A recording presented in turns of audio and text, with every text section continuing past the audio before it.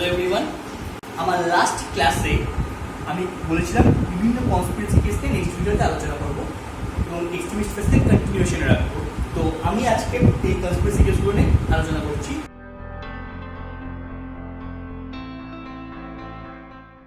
So first I will start with Alipur conspiracy case. As you can see here, it took place in the year 1908. 1908, I have mentioned the year as well.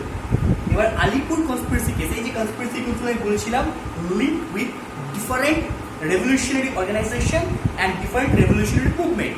সেই Alipur conspiracy case, Alipur কোথায় আছে? South চব্বিশ পরগনা, পশ্চিমবঙ্গ, তাই তো? Alipur conspiracy case. এবার পশ্চিমবঙ্গ মানে Bengal undivided, Paschimbanga এখন বর্তমান পশ্চিমবঙ্গের কথা বলছি, মানে আমি যে আলিপুরের কথা বলছি দ্যাট ইজ আনডিভাইডেড বেঙ্গল।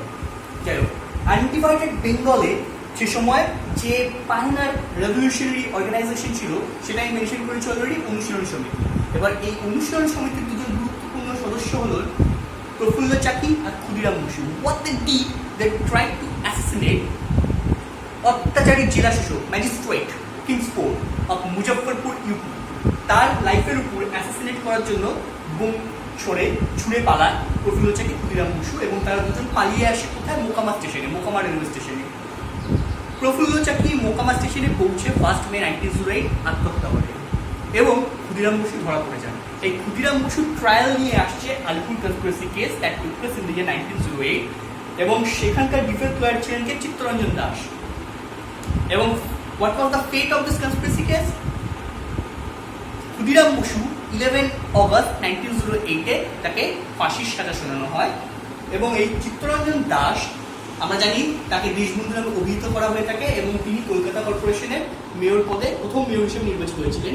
এক্ষেত্রে দুটো পয়েন্ট আমি আরো জানিয়ে রাখি।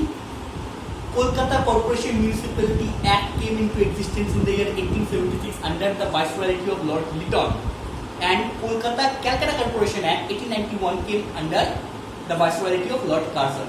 ওটা মিউনিসিপ্যালিটি, এটা এমনি Calcutta corporation act, there is a difference. Next, Alipore conspiracy case থেকে এখনই মুভ করছি না, এখানে একটা বলে রাখি। ক্ষুদিরাম বসুর কথা যখন বললাম, ক্ষুদিরাম বসু কে ছিলেন? First martyr inside India. যখন আমি first martyr inside India Khudiram Bose জানলাম, এবার we should know about the first martyr outside India. তার ব্যাকগ্রাউন্ডে আসছি, সেটা একটু জানিয়ে রাখি। সেক্ষেত্রে আমার বলার প্রয়োজন, ডিফারেন্ট রেভলিউশনারি অর্গানাইজেশন ছাড়া যে সমস্ত বাডিং অর্গানাইজেশন বা অ্যাসোসিয়েশন সময় ফর্ম করছিল এক্সট্রিমিস্ট ফেজের আগে ফর্ম করছিল, তার মধ্যে সবচেয়ে গুরুত্বপূর্ণ বিডি সাভারকরের 1899 মিত্র মেলা এবং 1905 অভিনব ভারত। এই অভিনব ভারতের একজন একনিষ্ঠ কর্মচারী ছিলেন হচ্ছে sir Curzon Wyllie in the year 1907, and Madanlal Dhingra is considered to be the first martyr outside India. So Alipur conspiracy কেসের থেকে আমরা দুটো ইনফরমেশন আরো জেনে নিলাম, একটা first martyr inside India, first martyr outside India, which is a very common question to BCS prelims. Now we are moving towards the most sensational and important conspiracy case, that is Delhi conspiracy case, and otherly known as Delhi Lahore conspiracy case. আমি আগেই বলেছিলাম আমার first extremist ফেজের যে 6টা part আমি divide করেছিলাম, তার মধ্যে সবচেয়ে গুরুত্বপূর্ণ ছিল activities that took place in Maharashtra, Punjab and Bengal. তো এই রেভলিউশনারি অ্যাক্টিভিটি দুটো হটবেড ছিল, একটা পাঞ্জাব, একটা বেঙ্গল। এবার 1912 থেকে 1913 as it is mention, it was the time plan for Delhi conspiracy case. এখানে কি হয়েছিল? দিল্লি লাহোর কনস্পিরেসি কেস যেটাকে আমরা বলছি, কি হয়েছিল অ্যাকচুয়ালি? প্রায় টু দ্যাট 1912, 1911-এ লর্ড হার্ডিঞ্জ দুটো ঘটনা ঘটে। প্রথম ঘটনা কি? He transfer the capital of India from Calcutta to Delhi.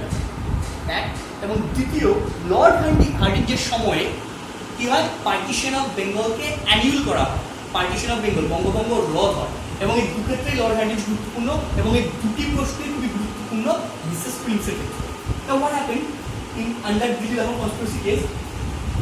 Lord হার্ডিঞ্জকে উদ্দেশ্য করে রাসবিহারী বোস বোম, ঘরে বানানো হোমমেড বোম ছোড়েন। কখন? Lord Hardinge on 23rd December 1912 was for a ceremonial procession in Chandni Chowk area of Delhi. হাতি আছে, মাহুত আছে, লর্ড হার্ডিঞ্জ, তার ওয়াইফ রয়েছে lady Hardinge, everybody was there. And ঠিক সেই সময় রাসবিহারী বোস একটা ঘরে বানানো বোমা থ্রো করে হার্ডিঞ্জের লাইফ অ্যাসিনেট করতে চায়। কিন্তু ভাগ্যক্রমে হার্ডিঞ্জের পায়ে এবং কাঁধে চোট লাগলেও হার্ডিঞ্জ প্রাণে বেঁচে যায়।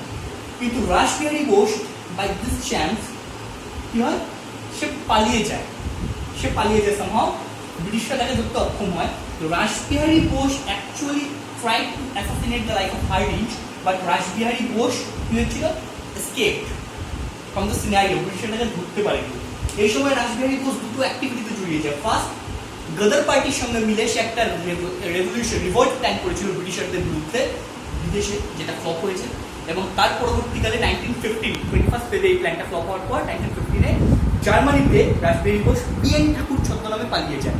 আর রাসবিহারী বোস তার প্রথম জীবনে কি হিসেবে কাজ করতেন, কোন পদে কাজ করতেন, উনি দেরাদুনের ফরেস্ট রিসার্চ ইনস্টিটিউশনে একজন ক্ল্যারিক্যাল ক্যাডার হিসেবে কাজ করতেন। না, রাসবিহারী বোস তো পালিয়ে গেল, লর্ড হার্ডিঞ্জের লাইফ অ্যাসাসিনেট করতে চেয়ে রাসবিহারী বোস পালিয়ে গেল।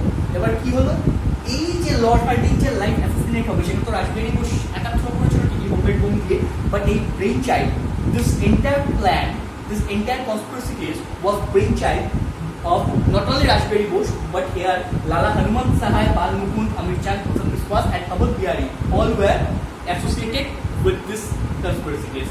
Now entire বিচার চলে till 5th October 1914, 5th October 1914, 5th October 1914 এর পর এই লালা হনুমান সাহাইকে ডিপোর্ট করা হয় কোথায়, আন্দামানের সেলুলার জেলে ফর লাইফ টাইম ইমপ্রিজনমেন্ট।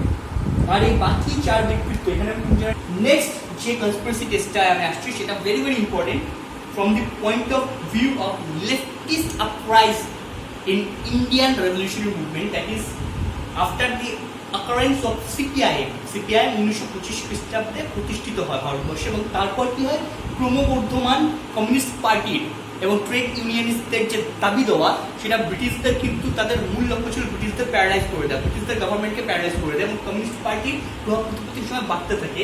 এবং তারই ফলশ্রুতি ছিল Meerut conspiracy case that took place in the year 1929 March.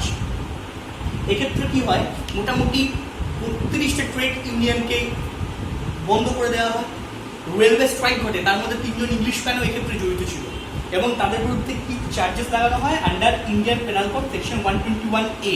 এক্ষেত্রে বলা হয় যদি কেউ ব্রিটিশ সাম্রাজ্যের অন্তর্গত কোনো পার্টি থেকে বা ব্রিটিশ সাম্রাজ্যের অন্তর্ভুক্ত হয় এবং ব্রিটিশ সার্বভৌমত্বকে অস্বীকার করে, তবে সেক্ষেত্রে সেটা রাষ্ট্রদ্রোহ হিসেবে গণ্য হবে, এবং আন্ডার সেকশন 121A IPC তার ক্ষেত্রে মিনিমাম ন্যূনতম 10 বছর সাজা দেওয়া হবে, কারাদণ্ড, এছাড়া লাইফ টাইম ইমপ্রিজনমেন্ট দেওয়া হতে পারে। তো সেটাই মিরাট কনস্পিরেসি কেস চলেছিল along with communist leaders in the ইয়ার 1921। এবং সবচেয়ে পরিশেষে হচ্ছে গুরুত্বপূর্ণ টপিক 1921 লাহোর কনস্পিরেসি কেস, যেটা কিনা ভগৎ সিং রাজগুরু সুখদেবের ট্রায়াল যেখানে দেওয়া হয়েছিল, তার যে বিচার চলছিল সেই প্রক্রিয়াটাকে আমরা বলছি লাহোর কনস্পিরেসি কেস। এবং এক্ষেত্রে পাঞ্জাবের যে আদার অ্যাক্টিভিটিসের ক্ষেত্রে আমি এই ডিটেলসটা আলোচনা করছি। এবার আমরা আদার অ্যাক্টিভিটিসগুলো ফিরিয়ে আলোচনা করবো। সেক্ষেত্রে আমি কী করেছি, কয়েকটা গুরুত্বপূর্ণ দিন এই বোর্ডে মেনশন করে রেখেছি। ফার্স্ট আমি স্টার্ট করি 18 সেপ্টেম্বর 1913। এখানে কী হয়েছিল, ওড়িশাতে বুড়িবালাম নদীর পাশে কী হয়, ব্যাটেল অফ বুড়িবালাম ঘটেছিল, ব্রিটিশদের বিরুদ্ধে লড়াই করেছিল কে, বাঘাযতীন, বেশ popularly known as Jatindranath Mukhopadhyay. কিন্তু এই যুদ্ধে তিনি পরাস্ত হন এবং পরবর্তীকালে মৃত্যুবরণ করেন, যোদ্ধা হিসেবে মৃত্যুবরণ করেন। এবার এই যে টাইম স্প্যানটা লেখা আছে, that all activities are related with Bhagat Singh Rajguru Sukhdev, and it is very very important and মানে এটা সমান্তরাল parallel with Lahore conspiracy case. কী হয়েছিল, 17 নভেম্বর লালা লাজপত রায় মৃত্যুবরণ করেন। লালা লাজপত রায় 17 নভেম্বর মৃত্যুবরণ করার ঠিক এক মাস পর, look here at the date, 17 December 1928, Bhagat Singh Lala Lajpat রায়ের মৃত্যু বদলা নেওয়ার জন্য কি করে, এসপি স্যান্ডার্সকে হত্যা করে 17 ডিসেম্বর। এবং সেক্ষেত্রে এর পরবর্তীতে 13 এপ্রিল 1929-এ ভগৎ সিং তার সহকারী পুষ্পেশ্বর দত্তকে নিয়ে গিয়ে লেজিসলেটিভ অ্যাসেম্বলিতে বোম ফিরে আসে, এবং তার বক্তব্য ছিল বেহেরো কো সুনানে কে লিয়ে ধামাকা কি জরুরত পড়ে।